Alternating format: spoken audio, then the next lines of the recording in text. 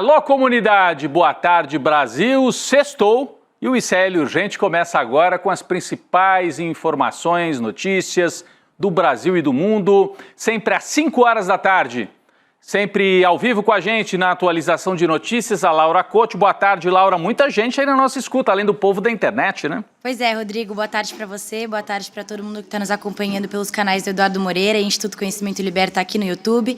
Boa tarde também para quem está nos assistindo pela Pop TV em Sobradinho e em Porto Alegre e para quem está nos ouvindo na Rádio Cultural FM no Rio Grande do Sul e pela Web Rádio São João em Quixadá, Rodrigo. Muito bom, do Rio Grande do Sul ao Nordeste, Quixadá, o ICL chegando também pelas ondas do rádio para todo o Brasil. Boa tarde para Laura, boa tarde para você que mora nesse país em que a TV Globo e o Jornal Nacional saíram em defesa dos ricos. Passaram um recibo danado. Não sei se você assistiu ontem. A gente já não vê Jornal Nacional, né? Mas ainda tem muita influência. É a velha parceria. Mas a Globo passou um recibo, abriu um tempão para criticar o PT, a esquerda, por terem feito esta campanha vitoriosa nas redes, pedindo a taxação dos super ricos. A campanha BBB, para taxar bilionários, bancos e bets, patrocinadores em geral dos programas da Globo. Então, a Globo saiu em defesa dos super ricos. Daqui a pouco a gente vai trazer mais detalhes sobre isso dentro de um contexto importante na política. Já já vamos falar mais sobre esse fato relevante aí na comunicação, mostrando um movimento também na política nacional. Outro fato relevante que faz parte dessa articulação da direita tradicional, dos empresários, etc., foi a decisão de hoje do ministro do Supremo Tribunal Federal, Alexandre de Moraes. Ele suspendeu hoje os efeitos de todos os decretos que tratavam sobre o IOF. Moraes determinou uma audiência de conciliação entre governo e Congresso. Eu não lembro de outra decisão desse tipo, mas Moraes marcou uma audiência de conciliação para o dia 15 de julho no plenário de audiências do STF em Brasília. O ministro Moraes é o relator de ações que tramitam na corte envolvendo esta polêmica do IOF. Com isso, todos os decretos do presidente Lula que propunham reajuste do imposto estão suspensos, bem como o decreto legislativo aprovado no Congresso pelo Centrão e que havia derrubado a decisão presidencial. Então ele zerou o jogo. Ele zerou o jogo. Cancelou o decreto do legislativo, mas também cancelou o decreto original do presidente Lula. É importante, importante. Algumas pessoas interpretam assim, é uma não decisão, porque ele cancelou tudo e pediu que eles se conciliem. Mas é uma decisão, porque significa que o governo não consegue ajustar suas contas. Já já vou falar mais sobre isso. Já já vou falar mais sobre isso. A decisão de Moraes gerou reação de parlamentares em Brasília e alguns, que estão na Europa, naquele festival lá em Lisboa, promovido pelo Gilmar Mendes. Conta mais pra gente, Laura Couto. O presidente da Câmara parece que gostou da decisão do Alexandre de Moraes, né? Rodrigo, isso mesmo. Em uma publicação no X, o Hugo Mota, que está lá em Lisboa, disse que a decisão do Moraes está em sintonia com o desejo da maioria do plenário e da sociedade. O Mota também ressaltou que a casa vai sempre continuar aberta ao diálogo para discutir sobre esse tema do IOF. Eu trouxe aqui um trecho do que ele escreveu. Ele disse o seguinte: a decisão do ministro Alexandre de Moraes evita o aumento do IOF em sintonia com o desejo da maioria do plenário da Câmara, dos Deputados e da sociedade. Continuamos abertos ao diálogo institucional com respeito e serenidade, sempre em busca do equilíbrio das contas públicas e do crescimento sustentável da economia. A Advocacia Geral da União seguiu na mesma linha do Hugo Mota e disse que a decisão do Moraes reafirma o compromisso da separação dos poderes, Rodrigo. Pois é, então você, teoricamente, Laura, pelo que você leu aí, quer dizer, Hugo Mota falou bem da decisão, porque disse, está em consonância, com o desejo da sociedade de não ter aumento de imposto, só que não, porque é aumento de imposto para rico. E a AGU disse, tudo bem, ele mantém o compromisso da separação entre os três poderes. A gente teve outras reações do lado, vamos dizer, governista. Eu vou ler aqui, Gleisi Hoffmann ressaltou que o governo buscava desde sempre o diálogo, em relação a esse tema e que agiu com responsabilidade para cumprir o arcabouço fiscal. Aqui a mensagem da Gleisi, eu não vou ler inteira, que ela é longuíssima, Mas ela diz, vamos aguardar que a audiência marcada pelo Alexandre de Moraes resulte numa solução negociada sobre o decreto do IOF, porque o risco é não ter decisão nenhuma. E aí como é que fica? Vai ter que cortar em verba de educação e saúde, como deseja o Hugo Mota? Por isso que, no meu entendimento, o Alexandre de Moraes promoveu um empate que a essa altura interessa mais ao Centrão do que ao governo. Essa é a minha leitura sobre o caso. Não é que tenha sido uma derrota total para Lula, não foi, mas foi um empate que interessa mais ao Centrão. O ministro da Fazenda, Fernando Haddad, também falou sobre o assunto numa entrevista a jornalistas hoje. Vamos trazer aqui a repercussão, a fala do Fernando Haddad sobre essa importante decisão tomada pelo Alexandre de Moraes. Haddad, todo combate à sonegação tem impacto arrecadatório. Agora, o que nós vamos demonstrar é que não houve um aumento linear do IOF. Nós corrigimos o que nos parecia equivocado do ponto de vista da sonegação. Então, as pessoas que estavam usando operações financeiras de maneira indevida foram bloqueadas pelo decreto. Só que o decreto não vale mais. Então, o governo, no meu entendimento, colheu aí uma complicação para fechar suas contas em 2025. Do lado da direita, nós temos a manifestação do senador Flávio Bolsonaro. Claramente, os bolsonaristas não gostaram do que viram lá no Supremo. Eu vou ler aqui, a gente não tem a reprodução, mas eu vou ler aqui o que disse o Flávio Bolsonaro. Um único juiz, adivinha quem, suspende decisão dos plenários da Câmara e do Senado tomadas por ampla maioria. O decreto que revogou o aumento de imposto proposto por Lula aconteceu porque o aumento era ilegal, tinha caráter meramente arrecadatório, blá, blá, blá, blá, blá, blá. Então, Flávio Bolsonaro não gostou. Fica claro que o bolsonarismo foi excluído desse acordão. Aconteceu um acordão lá em Lisboa. Sentaram-se ministros do Supremo, representantes do Centrão, alguns representantes do governo Lula e tomaram a decisão. Interrompa-se esse conflito que está ganhando força nas redes e pode transbordar para as ruas. Já transbordou. Teve até ocupação do Banco Itaú aqui na Faria Lima. Os bolsonaristas não participaram, se sentiram derrotados e alijados por esta decisão do Alexandre de Moraes. E havia um mal-estar grande do lado do Centrão. Então, bolsonaristas alijados por essa decisão. E o Centrão mais satisfeito, porque ele estava apanhando sem parar. A campanha para taxar os super ricos era e é um sucesso, a tal ponto que, como eu disse aqui na abertura do ICL Urgente, a Globo foi obrigada a abrir 6 minutos do Jornal Nacional para uma matéria enviesada, editorializada, em defesa dos super ricos.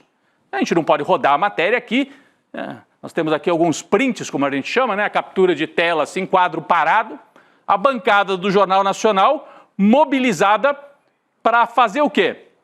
Para criticar a campanha do PT e da militância de esquerda. Aqui, ó, o Bonner e a Renata leram uma cabeça, como a gente chama, que é assim a introdução da matéria, falando assim, há uma campanha nas redes sociais atacando o Congresso, ricos contra pobres, isso é muito perigoso para o país, blá, blá, blá, blá, blá. Ou seja, é o famoso sentiu Galvão. E aí mostraram os vídeos que estão rodando aí na internet, a gente tem aqui, no meio da matéria do JN, passaram um daqueles vídeos, dizendo que os pobres no Brasil, os trabalhadores, é que carregam o peso dos impostos. É a próxima tela, a gente pode colocar aqui, por favor. A próxima tela. Estava na matéria, ó. Tem aqui o logotipo da Globo. Então eles rodaram o vídeo, dizendo que o trabalhador é que carrega o peso dos impostos e disseram, mas veja bem, que perigo, estão jogando pobres contra os ricos.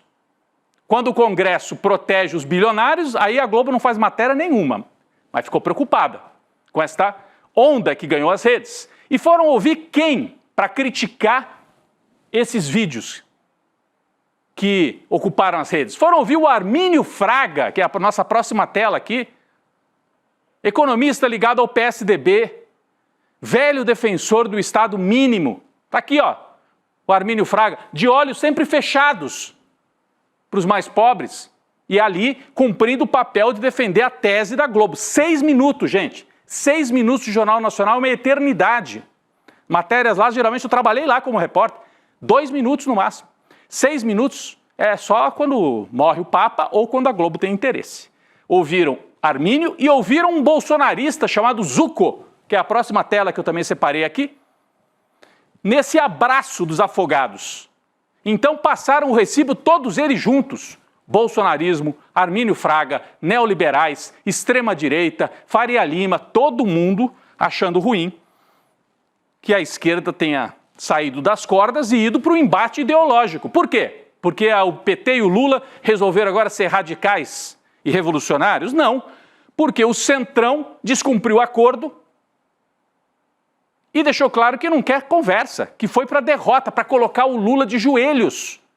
E aí o PT, que tem uma certa vivacidade ainda na sociedade, ainda que talvez nem tanto como no passado, e não é só o PT, o pessoal do PSOL, o pessoal de esquerda que às vezes é crítico ao governo, mas que está do lado da taxação, de taxar os super ricos. Então a Globo sentiu.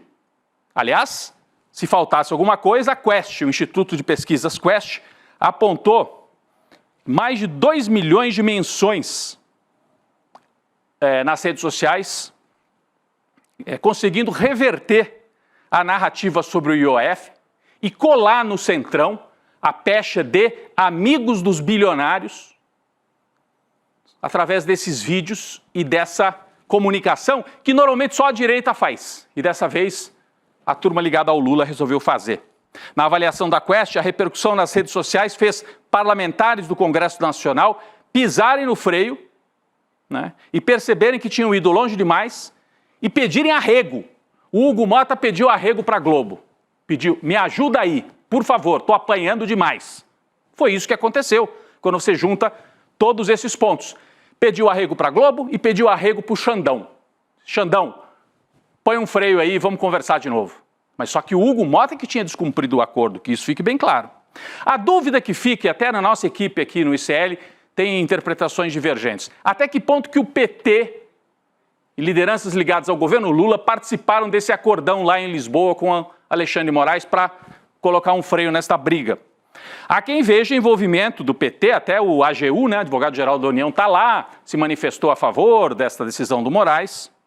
Já o jornal Valor, que é ligado ao Grupo Globo, diz que o Lula teria ficado aborrecido, a gente tem aqui a manchete do Valor, o Lula teria ficado aborrecido com esta decisão do Alexandre de Moraes. Eu tenho um entendimento de que para o Lula não foi uma derrota completa, adiou-se o conflito, mas não foi boa propriamente a decisão do Alexandre de Moraes. A decisão do Moraes é boa para o Centrão. O Centrão estava apanhando sem parar. Aí vem uma decisão que fala, vamos conversar. E obriga a conversar. Então a decisão do Alexandre de Moraes cria 2 problemas para o Lula. Primeiro que o buraco no orçamento continua existindo. O Haddad propôs, sobe o IOF para que os ricos paguem a conta. O Xandão fala, cancela tudo. Então voltamos a ter o buraco no orçamento. Como é que vai se pagar essa conta? O risco é, cortem da saúde e da educação. O problema volta para o mesmo lugar onde ele estava um mês atrás. E o segundo ponto, a decisão do Alexandre de Moraes vem no momento em que, como nós acabamos de ver, a polarização das redes, pela primeira vez no Lula 3, é favorável aos setores progressistas e democráticos. Então, é um freio na hora em que, para o Lula, era melhor não frear, era melhor seguir adiante. Mas é uma interpretação que acho que a gente tem que esperar mais alguns dias para compreender tudo o que aconteceu neste caso. Falando no presidente Lula, ele já está no Rio de Janeiro, onde vai participar da cúpula dos BRICS. Brasil, Rússia, Índia, China, África do Sul e vários outros sócios que se agregaram ao chamado Sul Global, né? Hoje aconteceu uma reunião do Banco dos BRICS, que você sabe, é presidido pela ex-presidenta Dilma brasileira. O Lula participou do encontro e depois, ainda no Rio de Janeiro, num evento com petroleiros, Lula foi conciliador ao falar sobre a disputa com o Congresso Nacional. Vamos acompanhar a fala de Lula. Parece que tem uma guerra entre o governo e o Congresso. Deixa eu falar com eu sou muito agradecido à relação que eu tenho com o Congresso Nacional. Até agora, nesses 2 anos e meio, o Congresso aprovou 99% das coisas que nós mandamos ao Congresso. Acho que nem no governo Sarney, acho que nem no governo Fernando Henrique Cardoso, acho que nem no governo de ninguém se aprovou tanto, nem no governo Bolsonaro. se aprovou tanta coisa como se aprovou agora. Então, eu sou grato ao Congresso Nacional. Quando tem uma divergência, é bom. Sabe por quê? Porque a gente senta na mesa, vai conversar e resolve. O governo pensou uma coisa, o Congresso está pensando outra, nós vamos resolver isso numa mesa de negociação. É o Lula velho de guerra, né? Bate de um lado, assopra de outro. O Lula, nesse mesmo evento com os petroleiros, também reafirmou que é candidato em 2026. Olha a frase, abre aspas. Eles não sabem o que eu estou pensando. Eles, à direita, né? Eles não sabem. Então, se preparem, porque se tudo estiver como eu estou pensando, esse país vai ter pela primeira vez, com Z, um presidente eleito 4 vezes. Disse Lula. Pela primeira vez, teremos um presidente eleito 4 vezes. Ele reafirma que é candidato. Então, essa tese do Centrão, vamos enfraquecer o Lula para ele desistir da reeleição?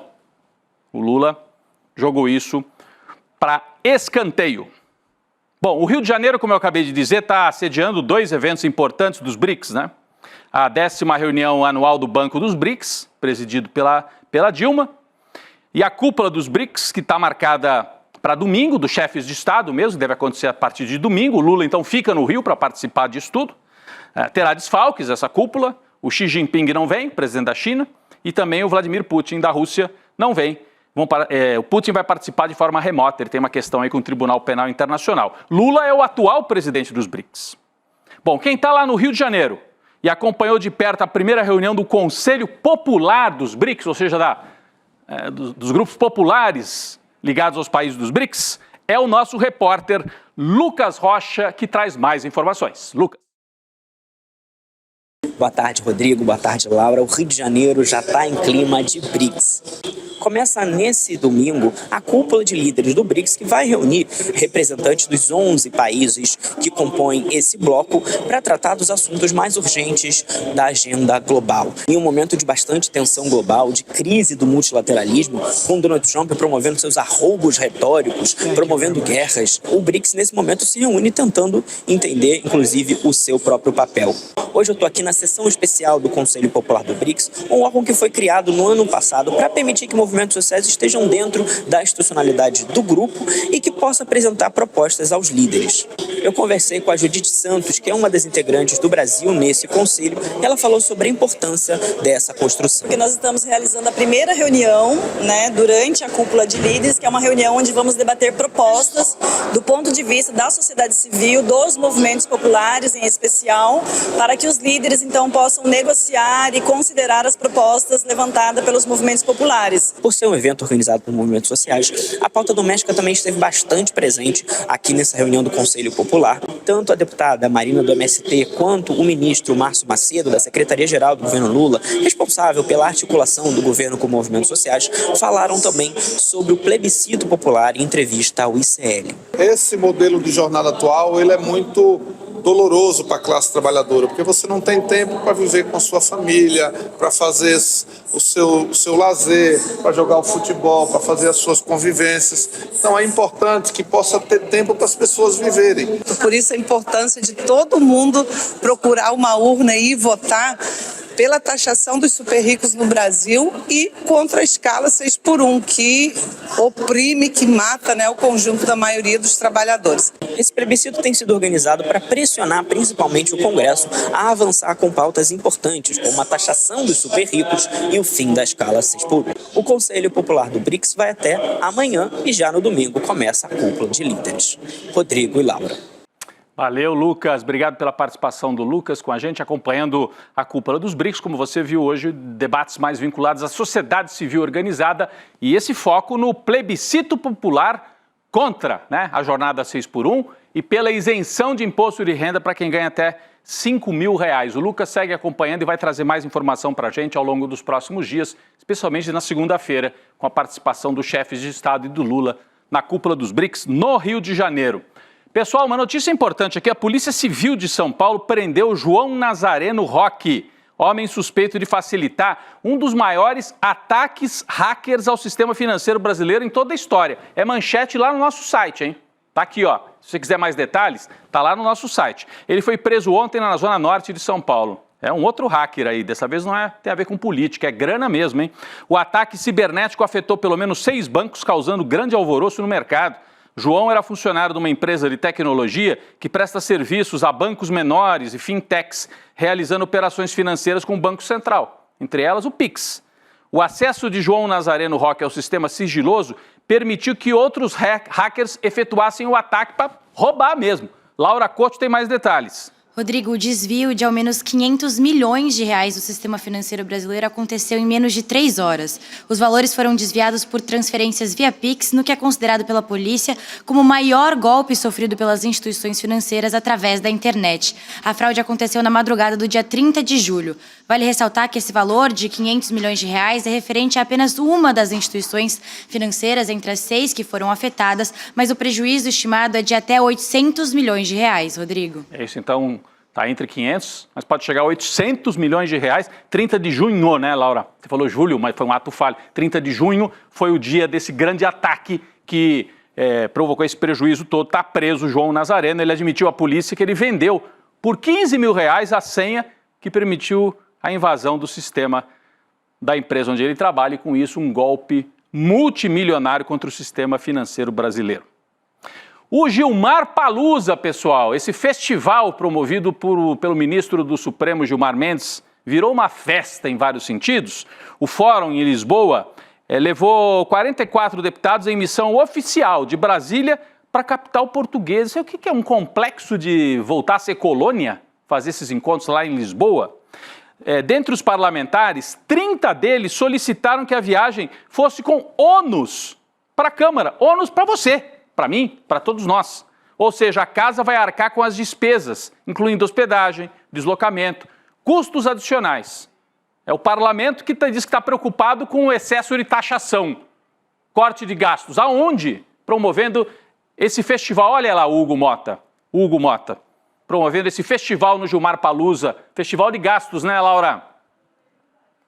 Gasto é esse, né? Não faz sentido nenhum esse tipo de corte de gasto.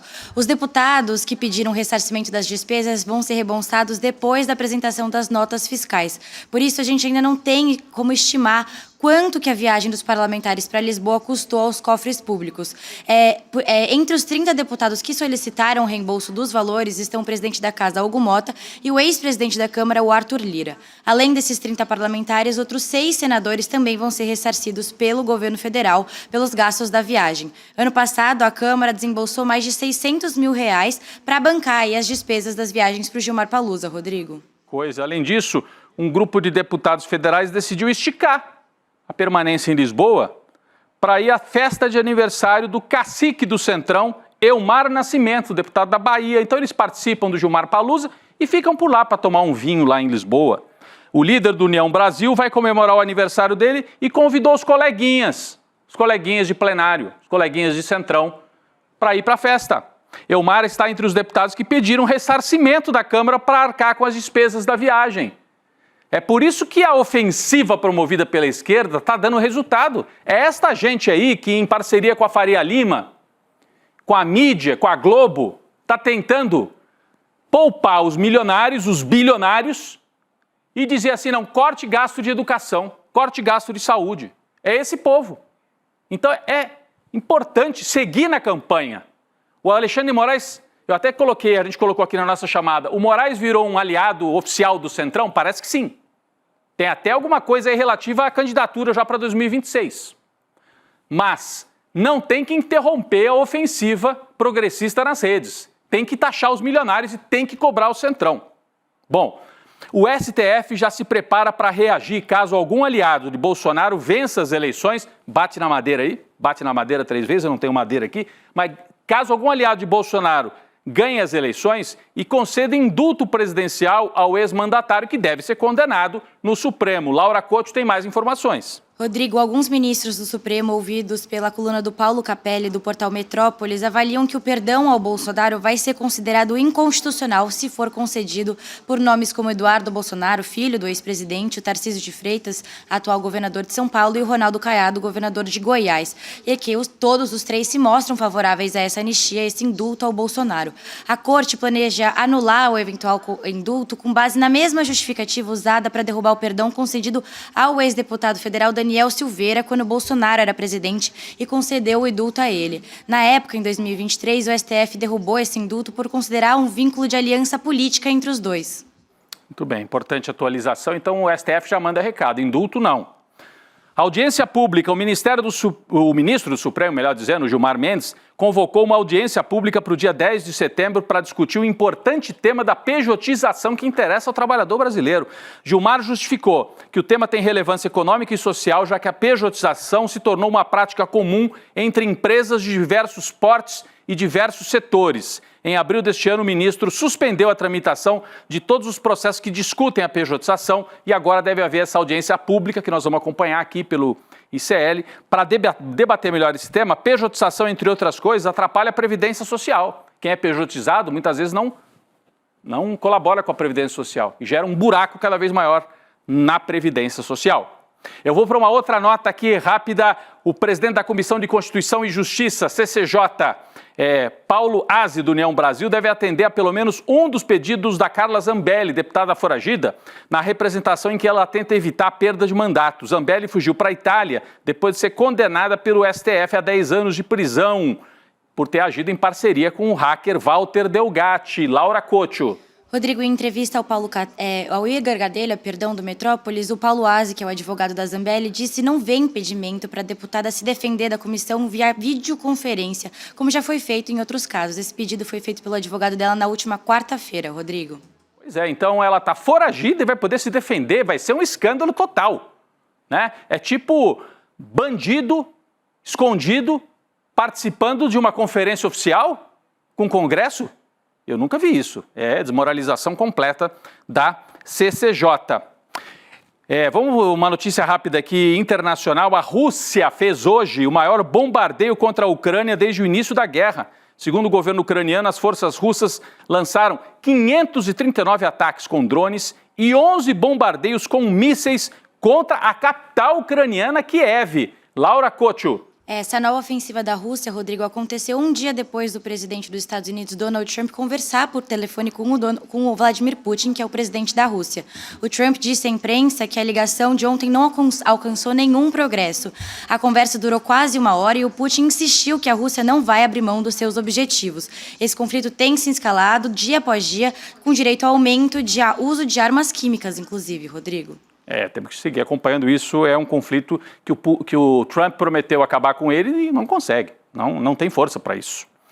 Em resposta ao genocídio promovido por Benjamin Netanyahu em Gaza, o assessor internacional da Presidência da República Brasileira, Celso Amorim, disse hoje que o governo Lula não deve aceitar a indicação de um novo embaixador por Israel. Importante, hein? O Brasil sobe um tom aí contra Israel.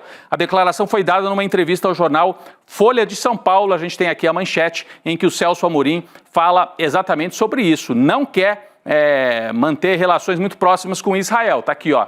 Defende relação mínima com Israel. E diz que o Brasil não deve aceitar novo embaixador. O Celso Amorim disse: a posição correta hoje, na minha opinião, é a gente entrar como parte, inclusive, na ação promovida pela África do Sul por genocídio contra Israel. Então o Brasil sobe um tom, através da fala do Celso Amorim, contra o governo genocida de Benjamin Netanyahu. Não vai romper relações, mas vai esfriar relações mínimas com o Estado que promove o maior genocídio do século XXI. O corpo de Juliana Marins, a brasileira que morreu ao cair de uma trilha no Monte Rinjani, na Indonésia, foi velado hoje em Niterói, região metropolitana do Rio de Janeiro. A morte da Juliana deve ser um dos temas, inclusive, do encontro entre Lula e o presidente da Indonésia, que virá ao Brasil para participar da cúpula dos BRICS. Depois deve ter um encontro privado não, né? Público, mas um encontro só dos dois, Lula e o presidente da Indonésia, e deve ser um dos temas a morte da Juliana Marins. Triste demais essa história, né? Eu quero, por último aqui, Laura, fazer uma lembrança para o pessoal que presta ProUni, né? Terminam hoje as inscrições para as bolsas de estudo do ProUni. Que pede, né, participação no ProUni para o segundo semestre de 2025. As vagas são destinadas aos candidatos que tenham participado da edição do Enem em 2023 ou 2024, que não tenham zerado a redação e que tenham alcançado nota média igual ou superior a 450 pontos nas 4 áreas de conhecimento. As inscrições para as bolsas do ProUni, ou seja, para você estudar sem pagar totalmente ou parcialmente, são bolsas parciais ou totais, você deve fazer acesso único www.mec.gov.br/ProUni. É via digital para pedir bolsa. Você pode avisar seu filho, seu sobrinho, amigo, enfim, se tiver algum conhecido, que eu hoje termino as inscrições para as bolsas do ProUni. Laura, obrigado mais uma vez. A gente termina mais uma semana. Sextou, Laura. Obrigada, Rodrigo. Bom fim de semana para você e todo mundo que está nos assistindo e ouvindo. É isso, tem o pessoal das rádios que nos acompanha aqui. Bom fim de semana. Você sabia, pessoal, que o ICL tem uma loja oficial? souicl.com.br, uma loja online com produtos exclusivos do ICL. Está aqui na tela, né? Se você quiser entrar, comprar camiseta, tem muita coisa bacana lá, comprar livro, camiseta, vários produtos. Comprar na nossa loja oficial é uma das formas de apoiar o jornalismo independente e nos ajudar a seguir nessa missão de levar informação de qualidade para o maior número de pessoas. souicl.com.br. Lembrando que quem já é assinante de qualquer produto CL tem desconto exclusivo para comprar os produtos na loja do ICL. Valeu, pessoal. Chico Sá e Roberta Garcia chegando para o N2. Daqui a pouco eu estou por lá também. Um ótimo fim de semana. O ICL Urgente volta na segunda-feira.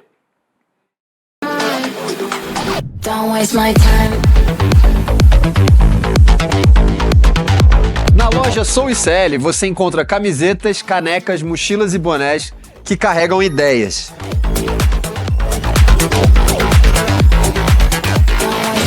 Produtos com propósito para quem acredita em justiça, consciência e transformação. Vista, use, leve a luta com você. Acesse souicl.com.br e escolha o que representa você. ICL, souicl.com.br, tá tudo lá. Eu vou passar a vida fazendo o quê? Mantendo o meu padrão? Eu acho que a vida tem alguma coisa a mais para valer a pena. O privilégio da classe média é reproduzir o conhecimento legítimo, as boas universidades, línguas estrangeiras.